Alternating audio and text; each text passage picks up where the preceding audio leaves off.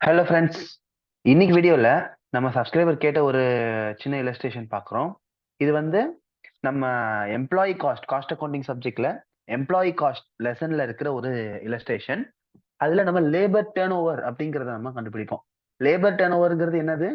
ஒரு பர்டிகுலர் எம்ப்ளாயிக்கு நம்ம கம்பெனிக்கு ஆகுற செலவு தான் வந்து லேபர் டேர்ன் ஓவர் அப்படின்னு சொல்லுவாங்க. டேர்ன் ஓவர் அப்படின்னு வந்து சொல்றீங்களே, ஏன் வந்து அதை எக்ஸ்பென்ஸ்ன்னு சொல்றோம்? டர்ன் ஓவர்னா அது சேல்ஸ் தானே அப்படின்னு கேட்டா கரெக்ட். இந்த இடத்த பொறுத்த வரைக்கும் நமக்கு வந்து மிஷின் ஹவர் ரேட் அப்படிங்கிற கான்செப்ட்ல நம்ம பார்க்கணும். மிஷின் ஹவர் ரேட்டுங்கிறது ஒரு மிஷினை ரன் பண்றதுக்கு 1 மணி நேரத்துக்கு ஆகுற செலவு தான் மிஷின் ஹவர் ரேட். அந்த டாபிக்ல தான் லேபர் டர்ன் ஓவர் வருது. ஸோ ஒரு லேபரை எம்ப்ளாய் பண்றதுனாலயோ இல்ல ஒரு லேபரை ஹையர் ஆஃப் பண்றதுனாலயோ ஒரு லேபரை இன்க்ரீஸ் பண்றதுனாலயோ ஏற்படுற கம்பெனிக்கான எம்ப்ளாயி காஸ்ட் எவ்வளோ, அதுதான் வந்து labour turnover. So labour turn over வந்து கூடிக்கிட்டு இருக்குன்னு சொல்லி நம்ம கம்பெனி பயப்படுறாங்க. அதே மாதிரி எவ்வளோ வந்து ப்ராஃபிட் குறைஞ்சிருக்கு, have an idea of the profit Furqan. எவ்வளோ வந்து ப்ராஃபிட் குறைஞ்சிருக்கு, எதனால லேபர் டர்ன் ஓவர் கூடினதுனால ப்ராஃபிட் எவ்வளோ போயிருக்கு நமக்கு அப்படிங்கிறதையும் பத்தி ஒரு ஐடியா வேணும் நம்ம கம்பெனிக்கு. அதுல சில டீடைல்ஸ் கொடுத்துருக்காங்க. Last year sales amounted to 83 lakhs. PV ratio PV ரேஷியோங்கிறது இந்த இடத்துல வந்து நமக்கு ப்ராஃபிட் அப்படிங்கறத நினைச்சிடக்கூடாது. நம்ம பாக்குறது எல்லாமே ப்ராஃபிட் ஃபர்கானை பத்தி. ஃபர்கானுங்கிறது என்னது? நமக்கு இழக்கப்பட்ட ப்ராஃபிட். எவ்வளவு ப்ராஃபிட் நமக்கு கிடைக்கல, அதுதான் வந்து ப்ராஃபிட் ஃபர்கான். அந்த ப்ராஃபிட் ஃபர்கானுக்கான பிவி ரேஷியோ அதுதான் 20%. அப்ப இது வந்து என்ன என்ன ரேஷியோ? இது லாஸ் ரேஷியோ. ஏன்னா ப்ராஃபிட்டுக்கு ஆப்போசிட் லாஸ். ப்ராஃபிட் ஃபர்கான்னா என்ன அர்த்தம்? நம்ம லாஸ் பண்ணிருக்கோம்னு அர்த்தம். So loss ratio 20%. Total number of actual hours எவ்வளவு வந்து டோட்டலா ஒர்க் பண்ணிருக்காங்க? 4.45 lakhs. As a result of delay by the personnel department in filling vacancies due to labor turnover, 1 lakh potentially productive hours were lost. சில ரெக்ரூட்மெண்ட்டுக்கு வந்து சில delay ஆனதுனால 1 lakh productive hours வந்து loss ஆயிடுச்சு. மொத்த 4,45,000ல 1 lakh வந்து லாஸ் ஆயிடுச்சு. ஆக்சுவல் டைரக்ட் லேபர் ஹவர்ஸ் வந்து 30,000 என்னவா? புதுசா ரெக்ரூட் பண்றவங்களை வந்து எடுத்துக்கிறதுக்கான டைமிங். இது வந்து ஒரு ஹெச்ஆரா இருக்கிற எல்லாருக்குமே வந்து ரொம்ப ஈஸியா தெரிஞ்சுக்க வேண்டிய விஷயம். அதே மாதிரி ஹெச்ஆருக்கு தெரியிற விஷயம், ஒரு கம்பெனிக்குள்ள நடக்கிற விஷயம்.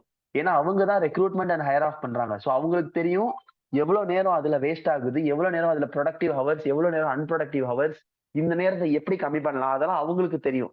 அஸ் அ காஸ்ட் அக்கௌண்டன்டா நம்ம வந்து காஸ்ட் பாயிண்ட் ஆஃப் வியூல எப்படி வந்து இந்த ஹவர்ஸுக்கான லாஸ் எவ்வளோ, அதை எப்படி மீட் அவுட் பண்றதுங்கிறது தான் நம்ம வந்து காஸ்ட் அக்கௌண்டன்சியில படிக்கிறோம்.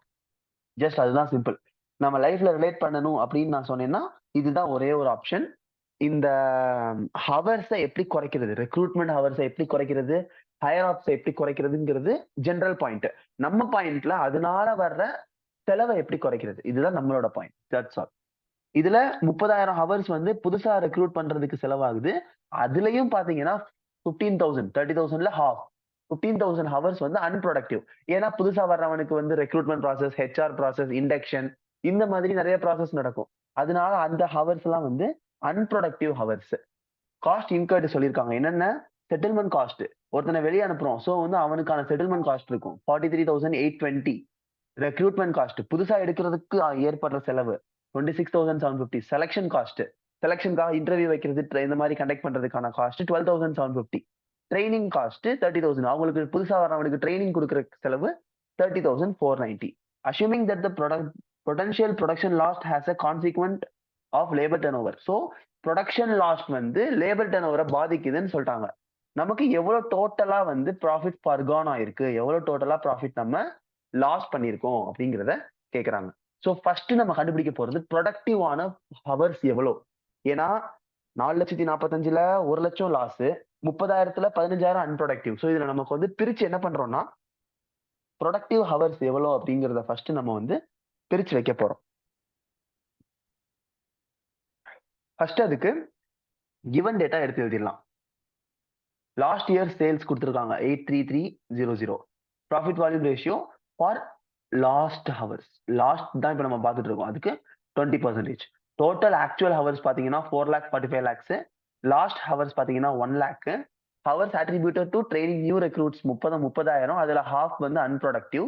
அப்புறம் settlement cost, recruitment cost, selection cost, அப்புறம் ட்ரைனிங் காஸ்ட், இதெல்லாம் கொடுத்துருக்காங்க. எல்லா கிவன் டேட்டாவையும் நம்ம எடுத்து எழுதியாச்சு. அடுத்து ஆக்சுவல் ப்ரொடக்டிவ் ஹவர்ஸ் கண்டுபிடிக்கிறதுக்கு total productive hours minus last hours. So total productive hours 4,45,000 minus unproductive எவ்வளோ 30,000ல பாதி 30,000ல ஹாஃப். ஸோ 15,000 4,45,000 மைனஸ் 15,000 போட்டீங்கன்னா 4,30,000 வந்து நமக்கான ஆக்சுவல் ப்ரொடக்டிவ் ஹவர்ஸ். இந்த ஆக்சுவல் ப்ரொடக்டிவ் ஹவர்ஸ்க்கு தான் நமக்கு இவ்வளவு சேல்ஸ் நடந்திருக்கு. கரெக்டா 4,30,000 ஹவர்ஸ்ல நம்ம 83 lakhs வந்து சேல்ஸ் பண்ணியிருந்திருக்கோம். அப்போ இதுல லாஸ்ட் ஹவர்ஸ் சொல்லி ஒரு 1,00,000 ஆயிடுச்சு. ஏன்? ஏன்னா நமக்கு வந்து அந்த புதுசா ரெக்ரூட் பண்ணி அவனை உள்ள வர வச்சு அவனுக்கு ட்ரைனிங் கொடுத்து கொண்டு வர்றதுக்கு 1,00,000 வேஸ்டா போச்சு. அப்ப அதை நம்ம என்ன பண்ணிடணும், சேல்ஸ்ல இருந்து பிரிச்சு எடுத்துடணும். எவ்வளவு அது அப்படின்னு பாத்தீங்கன்னா sales divided by productive hours into lost hours. சேல்ஸ்ங்கிறது total amount divided by productive hours 4,30,000 into lost hours 1 lakh போட்டீங்கன்னா 19,31,000 லாஸ் இன் சேல்ஸ். ஏன் 83,300 இருக்க வேண்டிய இடத்துல 1 lakh ஹவர்ஸ் நம்ம லாஸ் பண்ணிட்டதுனால சில சேல்ஸும் என்ன ஆயிடுச்சு, லாஸ் ஆயிடுச்சு. அந்த லாஸ் தான் பாத்தீங்கன்னா 19,31,000. சிம்பிள் லாஜிக் தான். இப்போ ஒரு பர்சன் வந்து கம்பெனில வந்து வேலை பார்த்துட்டு இருக்காங்க, ரொம்ப நல்லா வேலை பார்த்துட்டு இருக்காங்க. அந்த பர்டிகுலர் பர்சனால ஒரு நாளைக்கு வந்து 10 ஹவர்ஸ் எஃபெக்டிவா ஒர்க் பண்ண முடியுது. அந்த 10 ஹவர்ஸ்ல அவர் 100 கொடுத்துட்டு இருக்காரு. ஒரு சின்ன எக்ஸாம்பிளோட பாத்தீங்கன்னா இந்த சம் உங்களுக்கு ஈஸியா புரிஞ்சிடும். 100 ருபீஸ் ஏர்ன் பண்ணிட்டு இருக்காரு 10 ஹவர்ஸ்ல. இப்ப என்ன பண்றாங்க, புதுசா ஒரு பையனை ரெக்ரூட் பண்றாங்க. இவர் என்ன பண்ணிட்டாரு, ரிசைன் பண்ணிட்டு போறாரு. அப்ப அந்த புதுசா வரப்போற பையனுக்கு நம்ம ட்ரைனிங் கொடுக்கணும். அப்ப அந்த ட்ரைனிங்க்கு ஒரு 5 ஹவர்ஸ் வச்சுக்கலாம். அந்த 5 ஹவர்ஸ்க்கு எவ்வளவு ப்ராஃபிட் அவன் கொடுப்பான், 0 ப்ராஃபிட். ஏன்னா அந்த 5 ஹவர்ஸ்க்கு அவன் ட்ரைனிங் தான் எடுத்துட்டு இருக்கான், எந்த ஒரு வேலையும் பார்க்க போறது இல்ல. திரும்பவும் பாத்தீங்கன்னா அவன் வேலை பார்க்க ஆரம்பிக்கிறான். அப்ப அவனால என்ன பண்ண முடியும், 6 ஹவர்ஸ் வேலை பார்க்கறான் ஒரு நாளைக்கு. அந்த 6 ஹவர்ஸ்ல அவன் எவ்வளவுதான் வந்து ஏர்ன் பண்ண முடியும், 60 ஏர்ன் பண்ணலாம், இல்ல 50 ஏர்ன் பண்ணலாம், இல்ல 40 மட்டும் கூட ஏர்ன் பண்ணலாம். ஏன்னா அவன் இப்பதான் ஒரு நியூ ஜாயினி, புதுசா வந்து ஏர்ன் பண்ண புதுசா ஒர்க் பண்ண ஆரம்பிச்சிருக்கிற ஒரு நியூ ஜாயினி. அப்படி இருக்கிற பட்சத்துல அவனால வந்து 10 ஹவர்ஸ்ல 100 பழைய ஆள் கொடுத்த மாதிரி கொடுக்க முடியாது. சோ இங்க என்ன ஆகுது, இங்கேயும் திரும்பவும் லாஸ் ஆகுது. கிட்டத்தட்ட 11 ஹவர்ஸ் ஒர்க் பண்ணி வெறும் 60 தான் என்ன கொடுத்திருக்கான், ப்ராஃபிட் கொடுத்திருக்கான். அப்ப இந்த இடத்துல எல்லாம் என்னது, இதெல்லாம் லாஸ்ட் ஹவர்ஸ். லாஸ்ட் ஹவர்ஸ்னால ஏற்படுற லாஸ்ட் ப்ராஃபிட் தான் வந்து இந்த விஷயங்கள் எல்லாம். அது வந்து டோட்டலா 19,31,000 19,31,000 வந்து டோட்டலான வந்து லாஸ்ட் ஹவர்ஸ். இதுல கான்ட்ரிபியூஷன் லாஸ் அப்படிங்கிறது என்னன்னு கேட்டீங்கன்னா அந்த லாஸ்ட் ஹவர்ஸ்னால ஏற்படுற கான்ட்ரிபியூஷன் லாஸ். இப்ப நம்ம எப்படி வந்து மொத்தமா இவ்வளவு லாஸ் ஆயிருக்குன்னு சொல்றோம், அதுல நம்ம என்ன சொல்லியிருக்கோம், வெறும் 20% தான் வந்து கான்ட்ரிபியூஷன் பிவி ரேஷியோ அப்படின்னு சொல்லியிருக்கோம். எல்லாருமே வந்து மார்ஜினல் காஸ்டிங்ல பிவி ரேஷியோ படிச்சிருப்பீங்க. அந்த பிவி ரேஷியோல ஏற்படுற இந்த லாஸ் தான் வந்து கான்ட்ரிபியூஷன் லாஸ். இந்த கான்ட்ரிபியூஷன் லாஸ் எவ்வளோ, 19,31,000 இன்ட்டு 20%. ஸோ 3,86,200. இதுதான் வந்து கான்ட்ரிபியூஷன் லாஸ். அண்ட் அல்டிமேட்டா பாத்தீங்கன்னா டோட்டல் ப்ராஃபிட் ஃபர்கான் மொத்தமா கான்ட்ரிபியூஷனால ஏற்படுறது 3,86,200.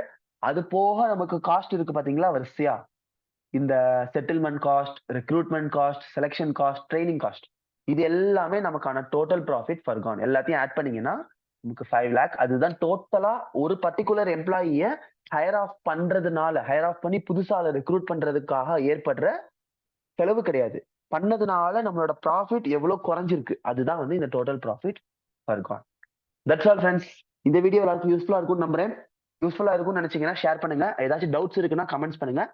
அண்ட் இது போக நமக்கான காஸ்ட் அக்கௌண்டிங் செஷன்ஸ் எல்லாமே நம்ம கிட்ட அவைலபிளா இருக்கு. அது வேணும்னாலும் நீங்க எடுத்துக்கலாம். ஃபுல் இல்லஸ்ட்ரேஷன்ஸ் கவர் எல்லாமே இருக்கும். அண்ட் நியூ சிலபஸ்க்கு நமக்கு அப்கமிங் வீடியோஸ்ல அண்ட் அப்கமிங் கிளாஸஸ்ல கூடிய சீக்கிரம் ஸ்டார்ட் பண்ணலாம். Thank you friends.